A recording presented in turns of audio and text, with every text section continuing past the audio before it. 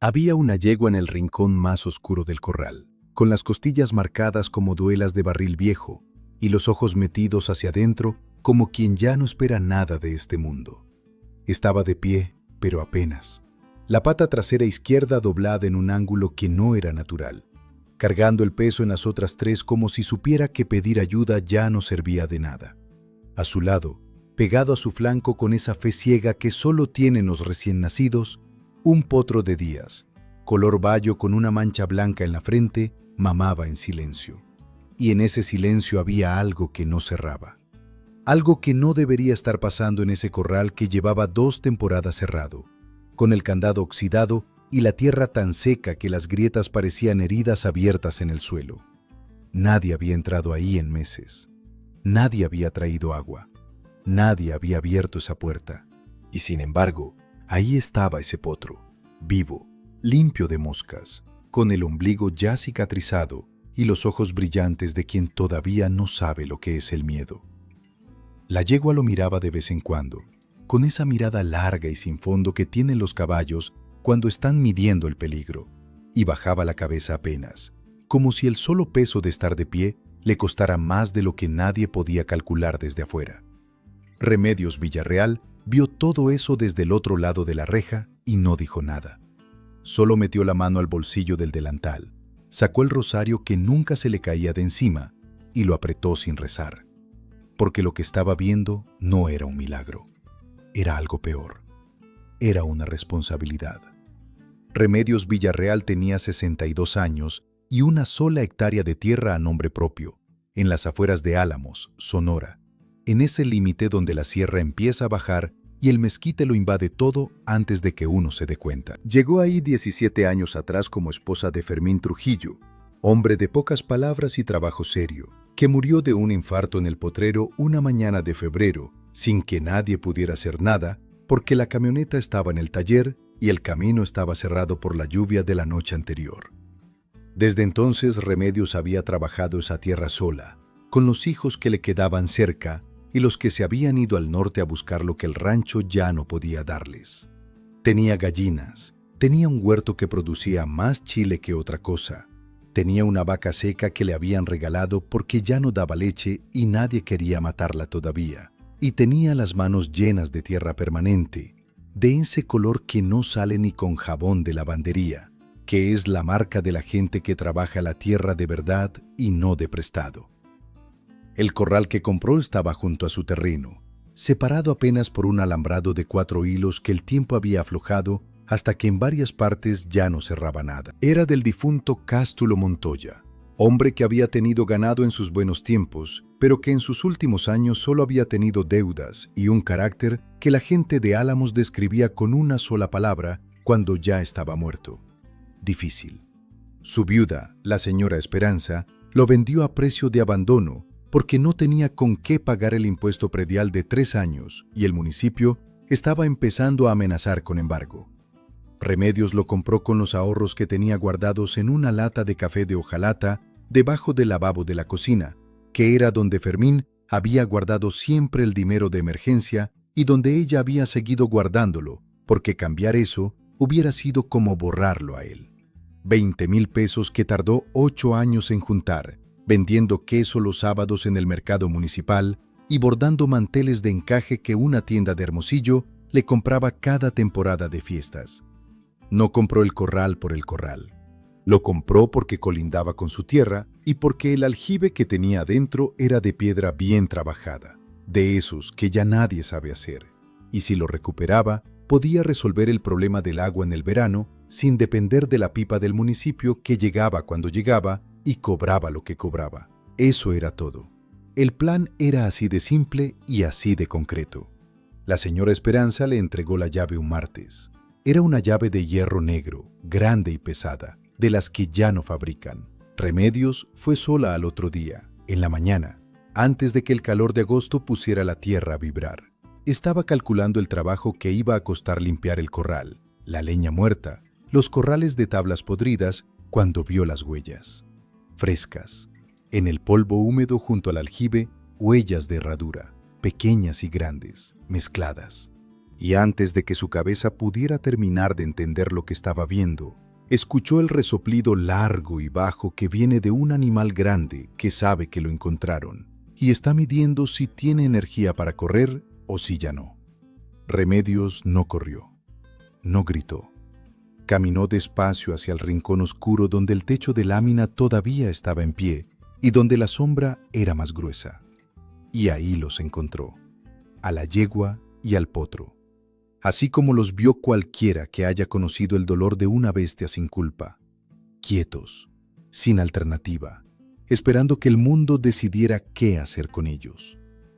La yegua se llamaba Noche, no porque alguien le hubiera puesto ese nombre ese día, sino porque Remedios supo desde que la vio que ese era su nombre. Era Tordilla, de esas que parecen grises a la distancia, pero de cerca tienen ese brillo azulado que la gente del campo describe como color de cielo nublado, y los ojos color ámbar que en los caballos oscuros siempre dan la impresión de que el animal está viendo más de lo que los humanos ven. Tenía una marca a fuego en la paleta izquierda, mal hecha, de alguien que había apurado el fierro o que no sabía trabajarlo, y esa marca mal cicatrizada le había dejado una zona de pelo blanco irregular, como una cicatriz de pelea, que en la paleta de un caballo dice más de su historia que cualquier papel de registro. La pata trasera izquierda que traía doblada no estaba quebrada. Eso Remedios lo entendió cuando la yegua, al sentirla acercarse, redistribuyó el peso en las 4 patas por un instante antes de volver a cargar en 3. Había lesión, pero no fractura. Eso era la diferencia entre un animal que podía sanar y uno que no. Remedios se quedó quieta a 3 metros de la yegua. No se acercó. Estaba consciente de que era una desconocida en el único espacio que ese animal tenía, que el potro estaba de por medio y que una yegua con cría y con miedo es la cosa más impredecible que hay en 4 patas. Noche la miraba de lado, con el ojo derecho, sin moverse. Las orejas no estaban aplastadas hacia atrás, lo que hubiera sido señal de agresión. Tampoco estaban hacia adelante en atención curiosa. Estaban a los lados, en ese ángulo intermedio que en los caballos significa que están procesando, que están decidiendo. El potro, en cambio, no tenía miedo todavía. Tenía días de vida y no había aprendido el miedo todavía. Se asomó desde el flanco de su madre con esa curiosidad sin filtro de los recién nacidos y casi dio un paso hacia Remedios antes de que la yegua lo detuviera con el cuello, suave pero firme, como se hace. Remedios se sentó en el suelo, en el polvo, con el delantal y todo, sin pensar en la ropa. Sacó el rosario que traía en el bolsillo y lo envolvió en la mano sin rezar, que era como ella siempre hacía cuando necesitaba pensar en silencio. Y se quedó ahí, sin moverse, sin hablar, sin hacer nada que pudiera interpretarse como amenaza. El sol de agosto ya estaba subiendo y el calor olía a mezquite reseco y a tierra que lleva demasiados días sin agua. Pasó como media hora antes de que Noche bajara la cabeza. Ese gesto largo, lento, donde el cuello desciende y la respiración se hace un poco más profunda. El resoplido suave que en un caballo significa que algo en el cuerpo soltó tensión. Remedios lo conocía. Lo había visto con Canelo, el caballo de Fermín, que era un animal de trabajo serio y pocas mañas, pero que necesitaba ese silencio antes de cualquier cosa que fuera nueva. El mismo gesto, el mismo tiempo. Se levantó despacio, se dio vuelta y caminó hacia la salida del corral sin volver a mirar. Cerró la puerta pero no puso el candado. Esa tarde en el mercado preguntó con cuidado. No hizo las preguntas de forma directa, que en un pueblo como Álamos, hacer las preguntas directas sobre los asuntos ajenos es lo más rápido que hay para que nadie te diga nada. Preguntó de costado, como se pregunta en el campo, mientras compró limones y mientras esperó que le pesaran el queso. Y lo que fue juntando en retazos de conversación fue esto. El corral del difunto Cástulo había tenido una yegua que a la señora Esperanza no le había salido en el inventario cuando fue a revisar la propiedad, porque Esperanza no sabía de animales y el corral estaba cerrado y desde afuera no se veía nada. Nadie sabía de dónde había salido esa yegua. El difunto Cástulo tenía fama de comprar caballos de remate sin preguntar de dónde venían y de venderlos igual de discretamente, y de tratar a los animales con esa dureza que en su generación se confundía con disciplina. La marca mal hecha en la paleta era suficiente para confirmar que Noche había pasado por manos que no sabían o que no querían hacerlo bien. Nadie reclamó la yegua esa semana, ni la siguiente. La señora Esperanza, cuando Remedios fue a hablar con ella, dijo que ella no sabía nada de ningún caballo, que el inventario que le habían hecho al difunto no incluía animales, y que si había uno en ese corral, era un problema de quien había comprado el corral. Y ahí se quedó la cosa. El problema era concreto, y Remedios lo sabía. Una yegua con lesión y un potro de días necesitaban agua limpia todos los días. Necesitaban alimento. Necesitaban atención veterinaria que ella no podía costear sola. Y necesitaban que alguien decidiera qué iba a pasar con ellos antes de que la situación empeorara. Lo que no necesitaban era más gente que llegara con prisa y con movimientos bruscos, y con esa actitud de quien va a resolver un problema ajeno sin entender que para el animal no era un problema ajeno, sino su única realidad. Remedios fue al corral esa segunda mañana con un cubetón de agua limpia y un puñado de zacate que había cortado del lado de su terreno donde todavía crecía algo verde. Dejó el agua y el zacate a 4 metros de la yegua. Se sentó en el suelo como la vez anterior. El aljibe tenía agua. Eso fue lo primero que revisó. El aljibe de piedra que había sido la razón de la compra tenía agua. No poca, lo suficiente para que los animales hubieran sobrevivido. La yegua había encontrado agua sola, o alguien la había puesto antes de que el corral quedara cerrado, o el aljibe tenía filtración de algún manantial de los que todavía quedan en esos cerros. No había manera de saberlo sin revisar con más calma. Esa mañana-noche no esperó media hora, esperó 20 minutos antes de bajar la cabeza. Y cuando bajó la cabeza, el potro se soltó de su lado y caminó directo hacia Remedios, con esa confianza de quien no ha aprendido todavía que el mundo puede hacer daño. Remedios extendió la mano. El potro la olió. Retrocedió un paso. Volvió a olerla. La yegua observó todo esto con las orejas a los lados, procesando, midiendo, sin intervenir. El potro decidió que la mano no era peligrosa y siguió con su vida como si hubiera resuelto el asunto más importante del mundo. Ese pequeño momento, que duró menos de 1 minuto, le costó a Remedios más de lo que esperaba. No porque fuera difícil, sino porque le recordó algo que había guardado sin querer en el fondo, la manera en que Fermín hablaba de los caballos, que los animales saben cuándo alguien les tiene miedo y cuándo alguien les tiene respeto, y que la diferencia la sienten antes de que uno abra la boca. El potro necesitaba nombre. Eso era lo primero que había que resolver antes de que la cosa siguiera creciendo. Porque una vez que algo tiene nombre, ya no es de nadie en abstracto. Ya es de alguien. Lo llamó Lucero. Por la mancha blanca en la frente, que en los caballos del norte siempre se llama lucero cuando es así de redonda y limpia, justo en el centro.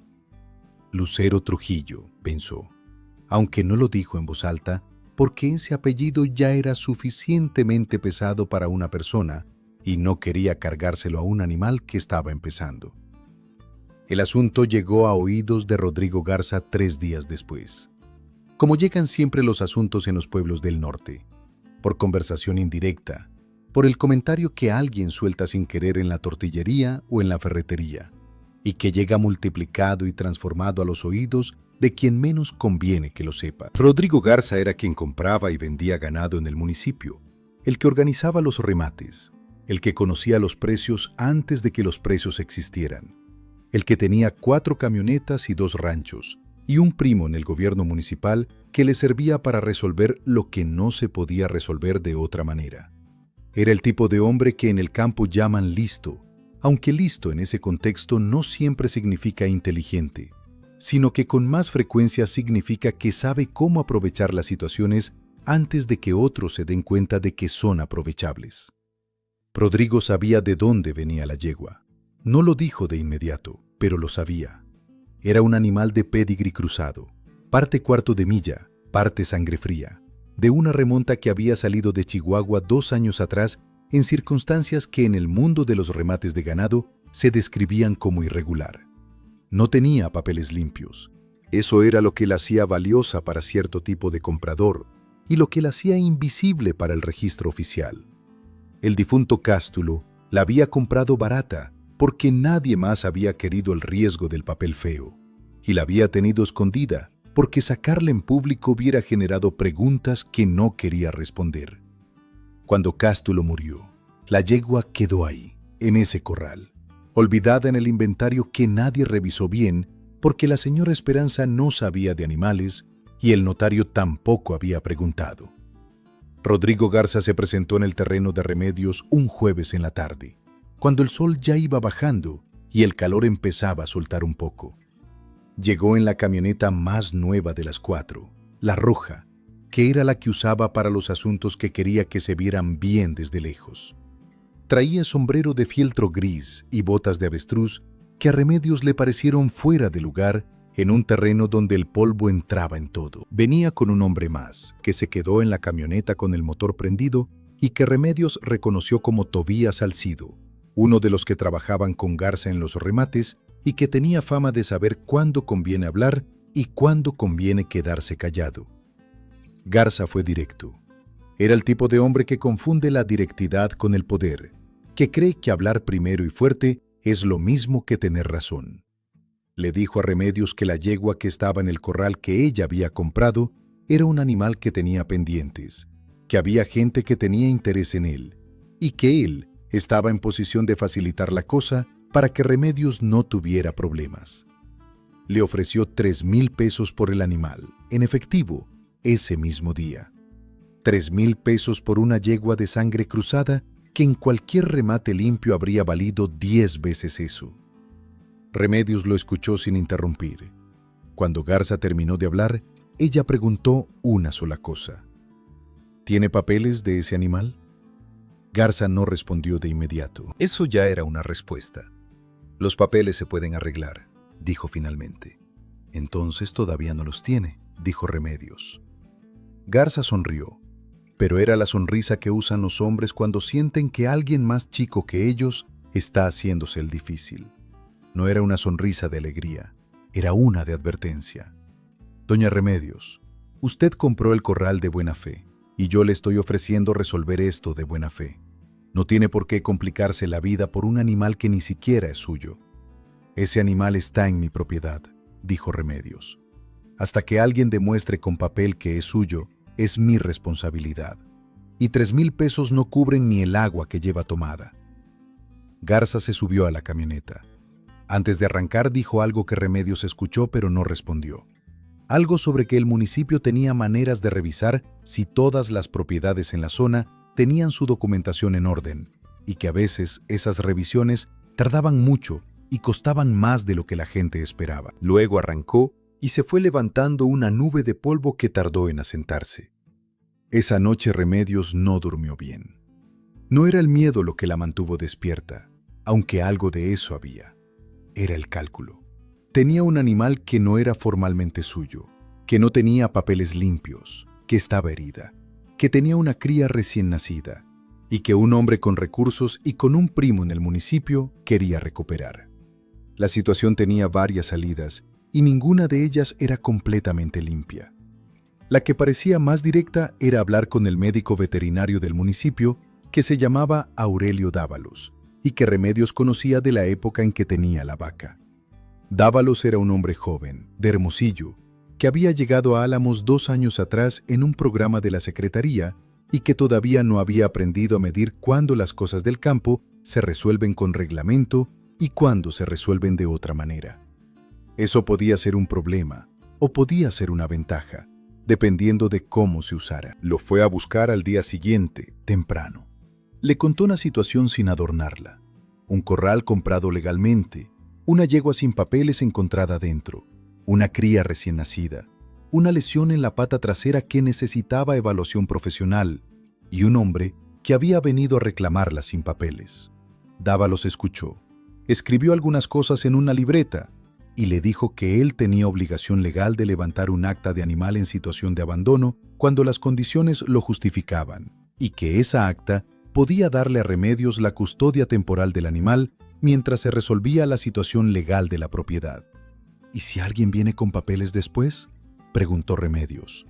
Si vienen con papeles legítimos, el acta no protege la propiedad permanente, pero sí protege el tiempo que usted necesite para que el animal se recupere.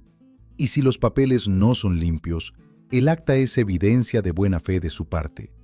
No era una solución perfecta, era una protección imperfecta, que es lo que generalmente está disponible en las situaciones reales. Dávalos fue al corral esa misma tarde. Revisó anoche con la paciencia que se necesita para revisar un animal traumatizado, sin movimientos bruscos, sin ruidos innecesarios, acercándose desde el costado y hablando en voz baja, sin importarle si el animal entendía las palabras, porque no era para el animal la voz, sino para el ambiente, para la tensión general del espacio.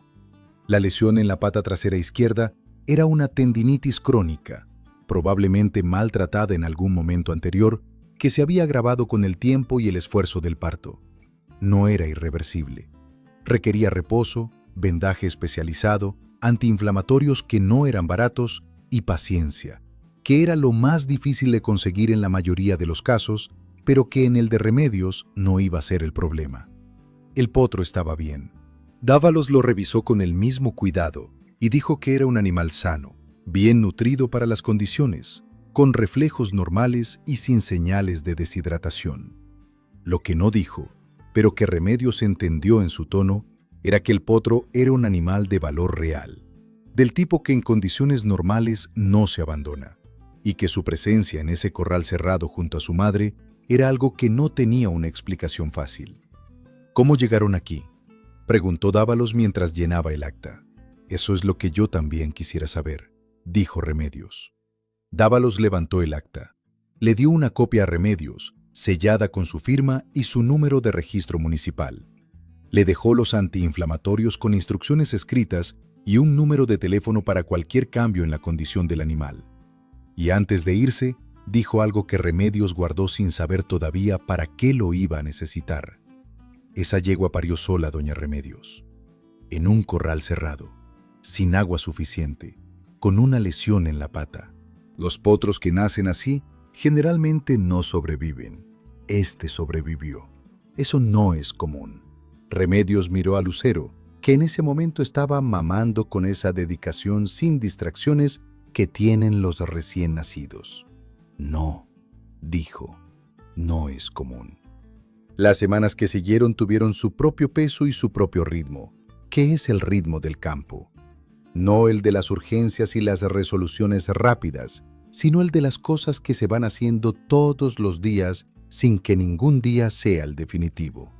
Remedios cambiaba el vendaje de la pata de noche cada mañana, con la misma paciencia con que había cambiado los vendajes de Fermín cuando se cortó la mano con el alambre de púas y tardó 3 semanas en sanar. El procedimiento de acercarse a la yegua era siempre el mismo, desde el costado, sin movimientos bruscos, hablando en voz baja, dejando que el animal la oliera antes de tocarla. Noche toleraba el vendaje desde la 3ª mañana. No lo aceptaba, que es diferente. Toleraba, que es lo que hacen los animales inteligentes, cuando entienden que algo les duele menos con el tratamiento que sin él. Lucero crecía con esa velocidad que tienen los potros, que en 2 semanas ya no parecen los mismos de cuando nacieron. Empezó a alejarse del flanco de su madre en distancias cada vez mayores, explorando el corral con esa curiosidad que no distingue entre lo peligroso y lo interesante. Remedios le ponía la mano encima cuando se le acercaba, sin apretar, sin sostener, dejando que el potro decidiera el contacto y la duración. Era la manera que Fermín le había enseñado, que el animal aprende el contacto humano como algo elegido, no como algo impuesto, y que esa diferencia importa toda la vida del animal. Hubo una mañana, al 10º día, en que Noche no retrocedió cuando Remedios se acercó. Se quedó quieta, con las orejas a los lados, midiendo. Remedios extendió la mano lentamente y la colocó en el cuello de la yegua, en esa zona donde el pelo es más suave y donde los caballos aceptan el contacto más fácilmente que en la cara. Noche resopló largo, bajó la cabeza, no se fue. Fue un momento pequeño que no tenía testigos y que no iba a aparecer en ningún papel. Pero Remedios lo sintió en el pecho como se sienten las cosas que importan, sin palabras, sin explicación, solo el peso de lo que acababa de cambiar. La hija mayor de Remedios, Dolores, que vivía en Álamos y que pasaba cada semana a ver a su madre, fue la primera en darse cuenta de lo que estaba pasando. Dolores tenía 38 años, trabajaba en la farmacia del centro y tenía esa mezcla de preocupación y admiración por su madre que tienen los hijos cuando sus madres hacen algo que ellos hubieran evitado. Llegó un domingo y vio a Noche con el vendaje limpio y a Lucero correteando en el corral, y a Remedios sentada en un cajón de madera viendo todo eso con los brazos cruzados y el rostro que ponía cuando algo le parecía correcto, aunque fuera complicado. «Mamá», dijo Dolores, «¿qué está pasando aquí?» «Lo que ves», dijo Remedios. «¿Y Garza?» «Garza no tiene papeles. Eso no significa que no pueda hacer daño». «No», dijo Remedios, «no significa eso». Dolores se quedó mirando a Noche un momento. La yegua la miraba de lejos, con las orejas en ese ángulo de procesamiento, midiendo a la recién llegada. «¿Cuánto dinero tienes guardado todavía?», preguntó Dolores. «Lo suficiente», dijo Remedios, que era su manera de decir que no era suficiente, pero que iba a tener que serlo. La segunda visita de Rodrigo Garza fue diferente a la primera. Llegó solo, sin Tobías Salcido, en otra camioneta, no la roja, sino una más discreta, gris, que Remedios no le había visto antes. Era media mañana de un miércoles, y Remedios estaba en el huerto cuando escuchó el motor. Cuando salió a ver quién era, Garza ya estaba parado junto a la puerta del corral, mirando adentro. Remedios caminó hacia él sin apresurarse.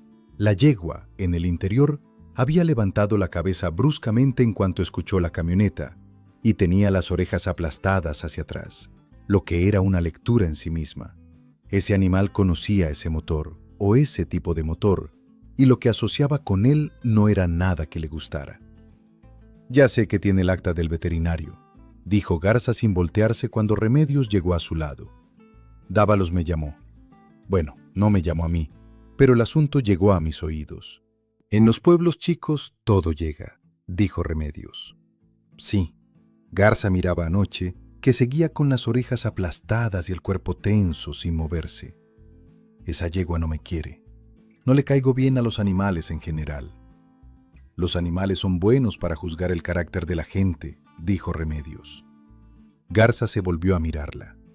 Era la primera vez en esa conversación que le miraba directamente a los ojos. «Doña Remedios, yo puedo hacer esto fácil o puedo hacerlo difícil. La yegua no tiene papeles limpios, es verdad, pero yo tengo maneras de arreglar eso que usted no tiene.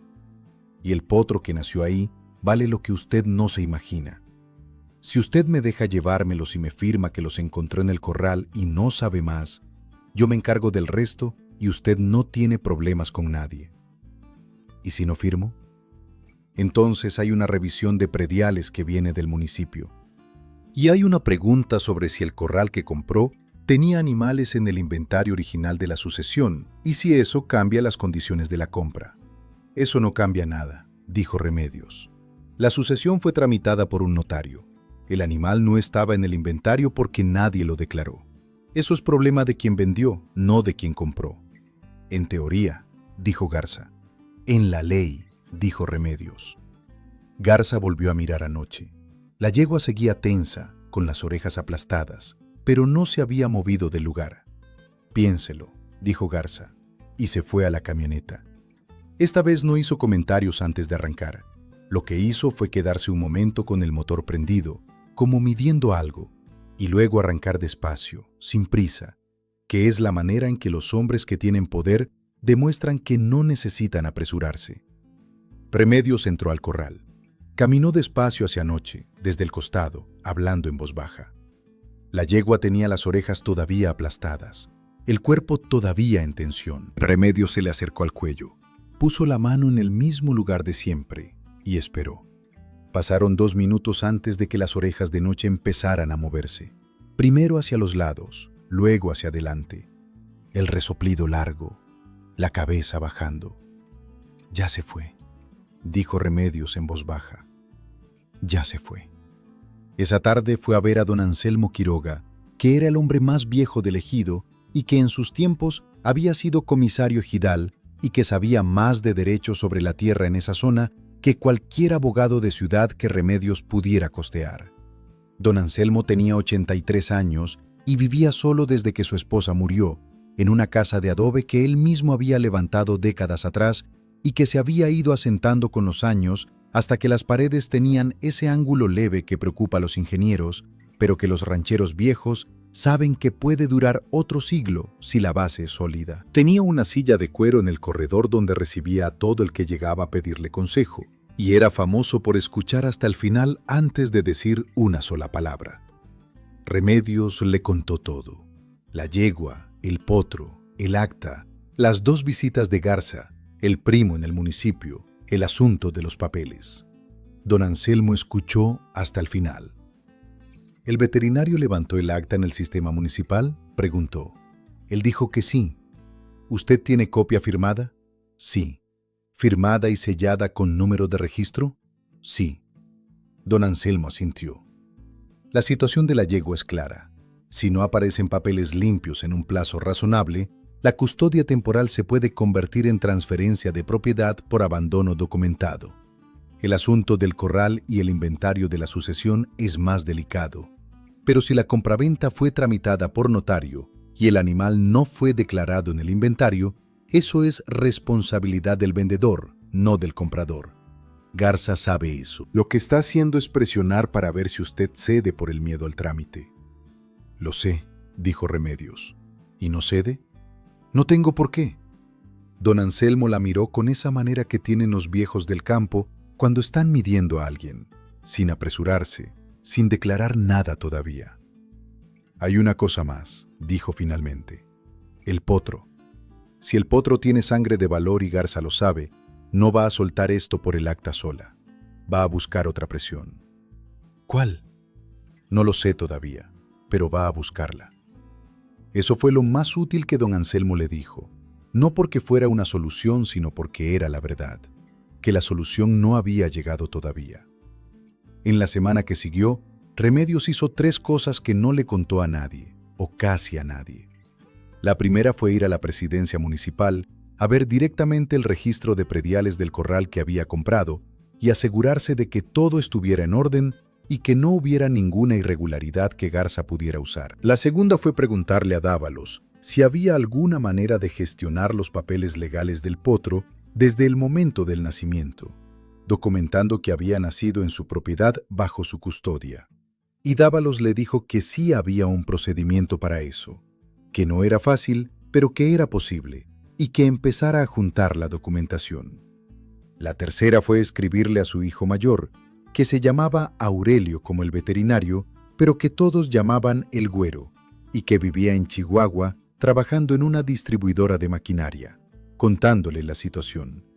No para que le mandara dinero, para que supiera dónde estaba parada su madre y con quién. El Güero respondió en 2 días con un mensaje de texto corto, que era como se comunicaba con ella desde que tenía teléfono. Decía: ya hablé con alguien que conoce a Garza y me dice que la yegua que describe es de una remonta que salió de Chihuahua hace 2 años con papeles falsificados. Si tiene eso documentado, tiene más poder del que cree. Remedios leyó el mensaje 3 veces. Luego llamó a Dávalos. El veterinario no reaccionó con sorpresa ante la información. Lo que hizo fue callarse un momento, que era su manera de procesar, y luego decir que eso cambiaba algunas cosas. Si la yegua había salido con papeles falsificados de Chihuahua, había una denuncia registrada en algún lado. Si había denuncia registrada, había un expediente. Si había expediente, el animal era técnicamente un bien en disputa legal activa, y la persona que lo tenía en custodia documentada tenía una posición legal que Garza no podía ignorar sin exponerse a complicaciones propias. ¿Dónde busco el expediente?, preguntó Remedios. Eso ya está fuera de lo mío, dijo Dávalos. Pero hay una asociación de ganaderos en Hermosillo que lleva registro de los reclamos de animales robados o con documentación irregular. Si alguien denunció la pérdida de la yegua en Chihuahua, ellos lo van a tener. Lo que siguió fueron trámites. El campo enseña que la paciencia no es una virtud abstracta, sino una herramienta concreta. y Remedios la usó como herramienta. Llamadas que no se contestaban a la primera, formularios que pedían documentos que pedían otros documentos, personas que no eran las correctas, pero que conocían a las que sí lo eran. Dolores la ayudó con las partes que requerían computadora y con los que había que hablar en el tono formal que Remedios no usaba naturalmente. Don Anselmo revisó los papeles que iban llegando y señaló cuáles importaban y cuáles eran ruido. Mientras tanto, en el corral, la vida tenía su propio ritmo que no esperaba los trámites. La pata de noche mejoraba, no de manera espectacular, porque las lesiones tendinosas no mejoran de manera espectacular, sino de la única manera en que mejoran las cosas que importan. Despacio, con trabajo constante, sin saltarse el proceso. Al cabo de 3 semanas, Noche caminaba sin el ángulo doblado. Al cabo de 5 semanas, cargaba el peso en las 4 patas de manera pareja. Al cabo de 7 semanas, Dávalos la revisó y dijo que el tejido estaba respondiendo bien y que con otros 2 meses de cuidado continuado, el pronóstico era bueno. Lucero tenía 5 semanas y ya no era el potro de días que se asomaba detrás de su madre con curiosidad sin filtro. Era una presencia en el corral con su propio carácter, impaciente, curioso, con una energía que no sabía bien qué hacer consigo misma. Remedios pasaba tiempo con él todos los días, no para amansarlo todavía, porque ese no era el momento, sino para que el contacto humano fuera parte de su mundo normal. Le ponía la mano encima, le limpiaba el hocico, le hacía sentir el peso de la mano sobre el lomo. Lucero lo toleraba con esa impaciencia de los jóvenes que quieren ir a otra parte, pero que entienden que esto también es parte de la rutina. La tercera visita de Rodrigo Garza no fue una visita, fue una llamada, de un número de Hermosillo que Remedios no conocía, pero que era evidentemente alguien que hablaba en nombre de Garza porque usaba el mismo lenguaje de siempre, que había una manera de resolver esto que convenía a todos, que los papeles del animal eran un asunto delicado, que si Remedios estaba dispuesta a llegar a un acuerdo razonable, el asunto se cerraba sin más complicaciones. Remedios escuchó la propuesta hasta el final y luego dijo una sola cosa. Hay un expediente abierto en la Asociación de Ganaderos de Hermosillo sobre esa yegua. Si usted o quien manda a usted tiene algo que reclamar, puede hacerlo a través del expediente. Esa es la manera legal de resolverlo. Hubo un silencio largo al otro lado. ¿Cómo supo de ese expediente?, preguntó la voz. Pregunté, dijo Remedios, y cortó la llamada. No hubo una cuarta visita de Garza, no inmediatamente. Lo que hubo fue un periodo de silencio que don Anselmo le había anticipado. El silencio de alguien que está midiendo si el riesgo que corre vale el premio que persigue. A veces ese silencio termina en que se van y no regresan. A veces termina en que regresan con algo nuevo. Remedios no podía saber cuál de los dos sería, y eso era lo que le quitaba el sueño en las noches que el viento norte bajaba de la sierra y hacía temblar la lámina del techo. Fue en esos días de silencio cuando ocurrió la cosa que Remedios no esperaba, que no podría haber esperado aunque hubiera intentado prepararse para algo inesperado.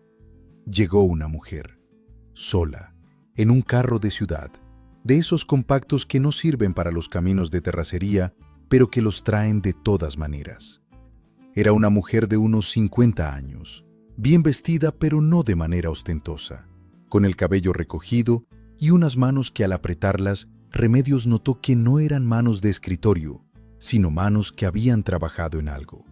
Se presentó como Patricia Morales. Era de Chihuahua. Era la propietaria registrada de una yegua tordilla de 4 años con marca en la paleta izquierda que había desaparecido 2 años atrás de su rancho en circunstancias que ella describiría si le daban oportunidad. Remedios le dio la oportunidad. Se sentaron en el corredor de la casa, con una jarra de agua fresca porque el calor de agosto en Álamos no perdona aunque ya fuera tarde, y Patricia Morales contó lo que tenía que contar. La yegua era suya, tenía los papeles, tenía el registro de la denuncia que había puesto cuando la robaron, tenía fotos de antes y después con la marca que identificaba al animal. No había venido antes, porque había seguido el rastro de la yegua durante 2 años y el rastro la había llevado de Chihuahua a varios ranchos hasta llegar a Álamos, Y en cada paso, el rastro se enfriaba porque los que sabían algo no hablaban. Hasta que alguien en la Asociación de Ganaderos de Hermosillo le dijo que había un acta de custodia levantada en Álamos sobre un animal con esas características. Remedios la escuchó sin interrumpirla. Cuando Patricia terminó, Remedios se quedó un momento en silencio. ¿El potro?, preguntó finalmente. Patricia Morales la miró. ¿Hubo un potro?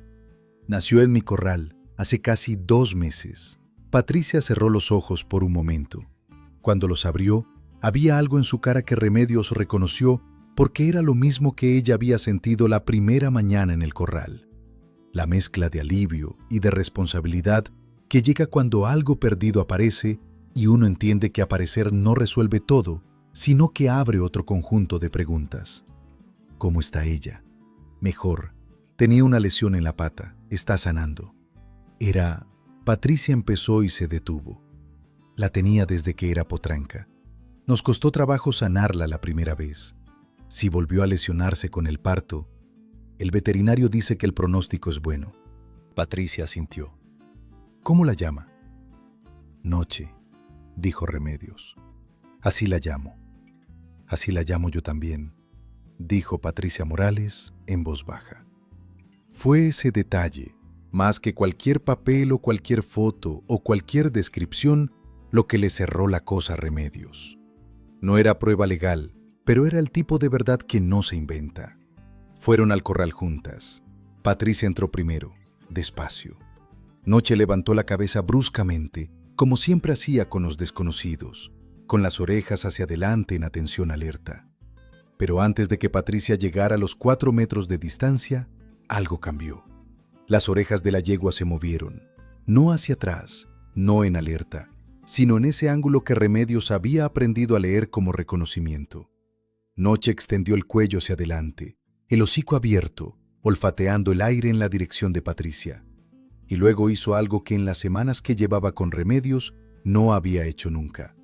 Se movió hacia adelante. Dio 3 pasos hacia Patricia y paró. Patricia extendió la mano. Noche la olió. La yegua resopló largo, largo, y bajó la cabeza hasta que la frente casi tocaba la mano de Patricia.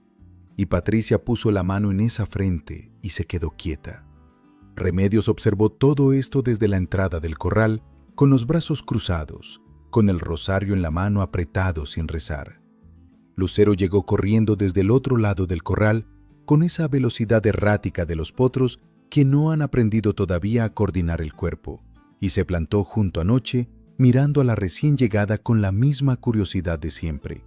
Patricia lo miró, luego miró a Remedios. ¿Y él?, preguntó. Él nació aquí, dijo Remedios, bajo mi custodia, documentado. Legalmente su situación es diferente a la de la madre. Era la verdad. Era también, en ese momento, la cosa más difícil que Remedios había dicho en mucho tiempo. Patricia asintió despacio. ¿Qué quiere usted?, preguntó. Fue una pregunta directa y honesta, la clase que se hace entre personas que no tienen tiempo para rodeos porque el asunto es serio. Remedios la consideró un momento. Quiero que la yegua esté bien, dijo. Quiero que el potro esté bien. Quiero que quien tiene los papeles se haga cargo de quien tiene los papeles. Y quiero que el hombre que vino a presionarme aquí sin papeles no se lleve nada. ¿Garza?, dijo Patricia. Remedios la miró. Lo conoce. Es quien se la robó. No él directamente, pero la cadena lleva hasta él. Eso era más de lo que Remedios había calculado. No porque no lo hubiera sospechado, sino porque escucharlo dicho así, con esa certeza tranquila, cambiaba el peso de la situación completa. ¿Tiene manera de probarlo?, preguntó Remedios. Tengo 2 años de seguirle el rastro, dijo Patricia. Tengo suficiente. Lo que vino después duró semanas, que en los trámites son a veces más que en las emergencias, porque los trámites no tienen la urgencia de las emergencias, aunque tengan las mismas consecuencias. Hubo reuniones con el delegado de la Asociación de Ganaderos que vino de Hermosillo. Hubo una visita de inspección del municipio que, una vez que quedó claro que el expediente sobre la yegua existía y que Garza estaba involucrado en su desaparición, dejó de ser la amenaza que Garza había prometido y se convirtió en algo completamente diferente. Hubo una conversación entre Patricia y Dávalos sobre el estado de salud del animal y el costo del tratamiento que Remedios había absorbido. Y hubo una conversación entre Patricia y Remedios, solas, en el corredor de la casa de Remedios, con el calor ya empezando a ceder porque septiembre estaba llegando, que duró más que todas las otras. Patricia le propuso algo que Remedios no había esperado. No quería llevarse anoche de regreso a Chihuahua, no todavía. La yegua estaba en tratamiento. Moverla en este momento, con la lesión todavía sanando, sería un riesgo que no valía la pena correr. Pero además de eso, y esto Patricia lo dijo con esa directidad que tenía y que Remedios había empezado a reconocer como una de sus cualidades reales. Noche había pasado las peores semanas de su vida en ese corral y había sobrevivido porque alguien que no tenía obligación de hacerlo había decidido hacerse responsable. Eso no se ignoraba. Lo que Patricia propuso era una sociedad. No una de esas que se dicen y no se escriben, una escrita, con las condiciones claras. Noche se quedaba en Álamos hasta que el veterinario dijera que estaba lista para el traslado, bajo la misma custodia y los mismos cuidados. Patricia cubría los costos del tratamiento que Remedios había adelantado y los que quedaran pendientes. Lucero, que había nacido bajo la custodia de Remedios y cuya situación legal era efectivamente diferente a la de la madre, quedaba a nombre de Remedios, documentado, limpio. Y cuando Lucero tuviera edad de trabajar y demostrar lo que era capaz de hacer, las dos mujeres decidirían juntas qué hacer con él. Era una oferta honesta. Remedios la consideró un día completo, que era el tiempo que necesitaba para las decisiones importantes. La aceptó. Lo de Garza no se resolvió en un momento dramático ni con una confrontación pública que hubiera satisfecho el tipo de justicia rápida de las historias que duran menos de lo que debieran. Se resolvió de la manera en que se resuelven las cosas cuando el peso de la evidencia termina por ser más de lo que cualquier primo en el municipio puede sostener. La Asociación de Ganaderos presentó el expediente completo a la autoridad competente en Chihuahua. El municipio de Álamos recibió una comunicación formal sobre la situación. Garza no fue a la cárcel, porque la justicia en esos casos raramente llega tan lejos tan rápido, pero sí perdió contratos en los remates municipales, que era donde buena parte de su dinero real se hacía, y su primo en el gobierno municipal tuvo que tomar distancia de él porque el costo político de defenderlo ya era mayor que el beneficio de la lealtad.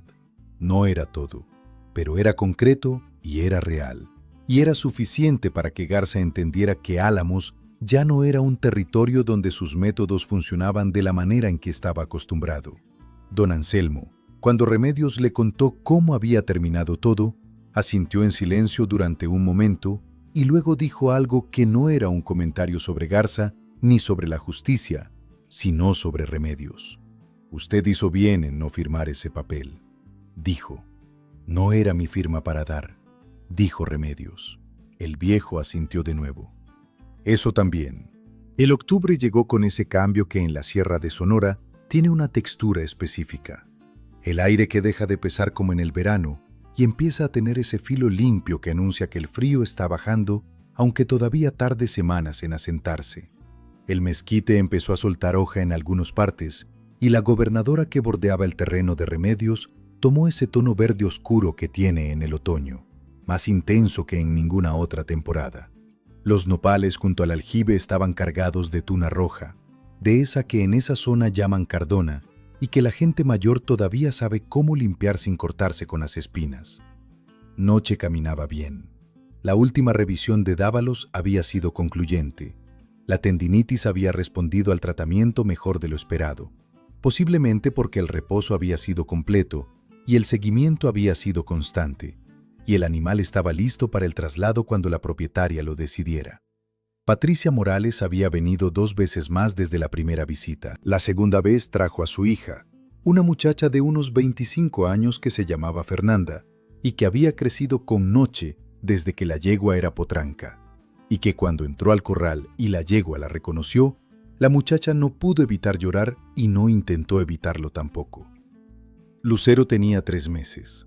Ya no era un recién nacido.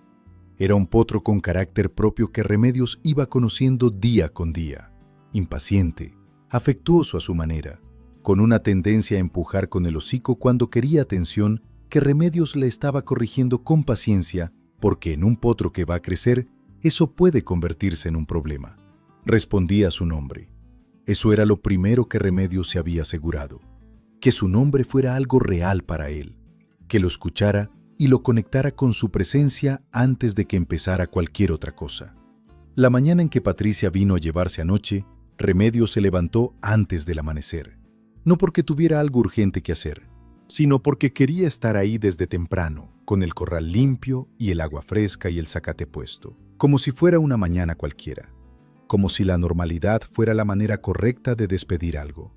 El tráiler de Patricia llegó a las 8 de la mañana. Era un equipo serio, bien mantenido, con la rampa en buen estado y el interior limpio. El tipo de cosa que dice que el animal que va adentro importa.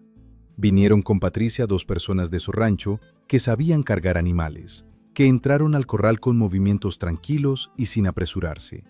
Noche los examinó con las orejas hacia adelante, sin el pánico de un animal traumatizado, sino con la atención de uno que está evaluando. Cuando uno de los hombres la tomó del cabestro, la yegua fue con él sin resistencia. En la rampa, Noche se detuvo un momento, no porque tuviera miedo.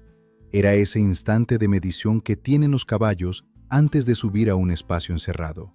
Se quedó quieta 3 segundos y luego subió. Remedios estaba parada junto a la puerta del corral con Lucero a su lado, que no entendía del todo lo que estaba pasando, pero que había notado el movimiento y el ruido y estaba inquieto, moviéndose de un lado al otro, con esa energía sin destino que tienen los jóvenes cuando no saben cómo procesar algo.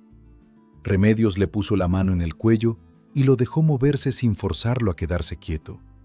Patricia se acercó a Remedios antes de subirse a la cabina.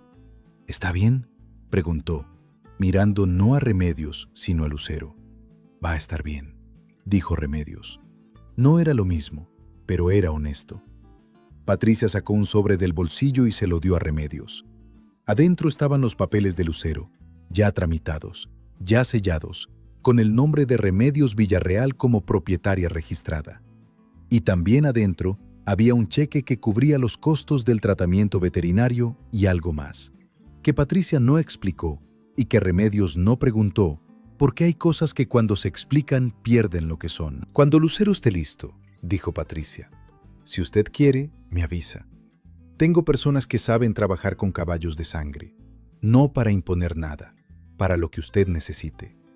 Cuando esté listo le aviso, dijo Remedios. Patricia se fue. El tráiler salió por el camino de terracería, levantando una nube de polvo que tardó en asentarse, porque el aire de octubre en esa zona tiene esa calma particular que no tiene prisa por nada. Remedios se quedó mirando hasta que el tráiler desapareció en la curva donde el mezquite se cierra sobre el camino. Lucero resopló. Fue un resoplido corto, de confusión más que de tristeza, porque los potros de 3 meses no tienen todavía la capacidad de la pérdida en el sentido profundo. Pero algo había cambiado en el espacio y él lo sabía, con esa sensibilidad que tienen los animales para los cambios que el lenguaje humano todavía no ha nombrado. Remedios entró al corral. Se sentó en el cajón de madera que siempre estaba en el mismo lugar. Lucero fue hacia ella, como había aprendido a hacer, y le empujó el hombro con el hocico, que era su manera de decir que estaba ahí. Remedios le puso la mano en la frente, en esa mancha blanca redonda que era su nombre, antes de que ella le pusiera nombre. El corral sin Noche era más silencioso. Ese tipo de silencio que no es ausencia de ruido, sino ausencia de algo con peso y presencia propia. Remedios sacó el rosario del bolsillo. Lo apretó sin rezar, como siempre. Bueno, Lucero, dijo en voz baja, ahora sí somos nosotros. El potro levantó las orejas hacia adelante, las bajó. Le empujó el hombro de nuevo con el hocico. En el terreno de Remedios Villarreal, en las afueras de Álamos, Sonora, en ese límite donde la sierra empieza a bajar y el mezquite lo invade todo antes de que uno se dé cuenta, el octubre avanzó con su filo limpio y su luz diferente. La gobernadora seguía en ese verde oscuro que solo tiene en otoño. El aljibe de piedra trabajada que había sido la razón de la compra seguía dando agua.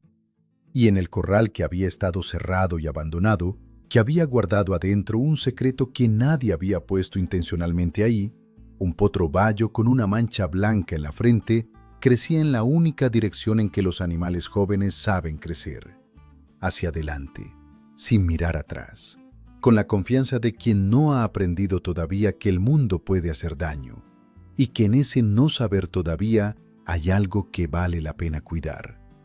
El rosario en la mano de una mujer que no renza, pero sí aprieta. El viento norte que empieza a bajar de la sierra. El olor a mezquite reseco que es el olor del norte cuando está siendo el mismo, sin adorno y sin disculpa. Y un potro que todavía no sabe lo que es capaz de ser, esperando que alguien tenga la paciencia de mostrárselo sin apresurarlo. Eso fue suficiente para ese octubre. Y a veces suficiente es la cosa más grande que existe.